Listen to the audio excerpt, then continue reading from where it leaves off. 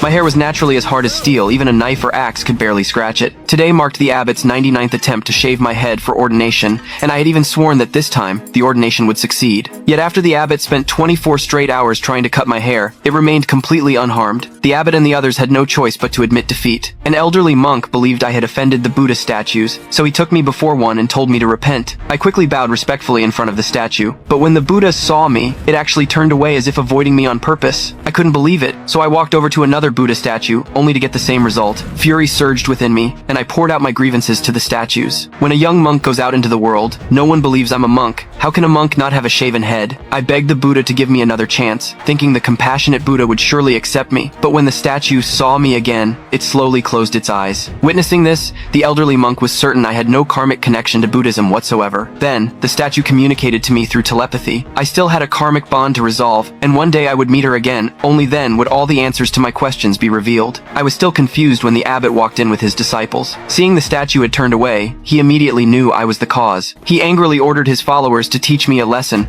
but to their surprise, they couldn't harm me at all. A senior brother swung his fist at me, yet I emerged unscathed, while a monk standing nearby ended up with a bloodied face. The senior brother refused to believe it and punched me again, but I still didn't get a scratch, so everyone pinned me to the ground and began beating me with fists and kicks. Just then, a general's wife arrived at the temple to pray for a child. The abbot hurried over to explain, "There's a crazy monk in the temple, we're dealing with him now." Hearing about the crazy monk, the general's wife ordered her soldiers to capture me. A monk stepped forward to stop them, but a soldier hit him on the head with an iron rod. Suddenly, golden light emanated from the monk's head, and a bolt of lightning struck it directly. The monk then transformed into a giant tiger, knocking the general's wife and the abbot unconscious. The tiger kicked a soldier flying, grabbed the abbot, and tossed him into the air. Then it turned to me and revealed the truth. It was my brother, the tiger-taming Arhat, and I was the dragon-subduing Arhat. I didn't believe a word of it until he pressed his hand to my head and forced me to face my past life. Right after that, the abbot told me to go to the King's Canyon to vanquish demons, claiming it was the Buddha's will. Meanwhile, a venomous dragon learned through a magic mirror that I was the reincarnation of the dragon-subduing Arhat. Once a vicious dragon that plagued the mortal world, he had been defeated by me and imprisoned under the Buddha's feet for 1,000 years. Now that I was immortal, he sent his minions to kill me and avenge his past. At the same time, a Persian billionaire arrived at the King's Canyon, where I had been lying in wait. We immediately competed in a skill contest. She used green onions and chili peppers to make a shield resembling Captain America's, while I took out Thor's hammer to summon lightning and strike her. Enraged, she transformed into the Hulk on the spot, and I surrendered immediately. Just then, a drop of green liquid fell on her head. I looked up in shock to see a giant eye staring at us. I reacted quickly and ran, but the monster grabbed a female soldier and bit her. The woman unleashed a sword technique to counterattack,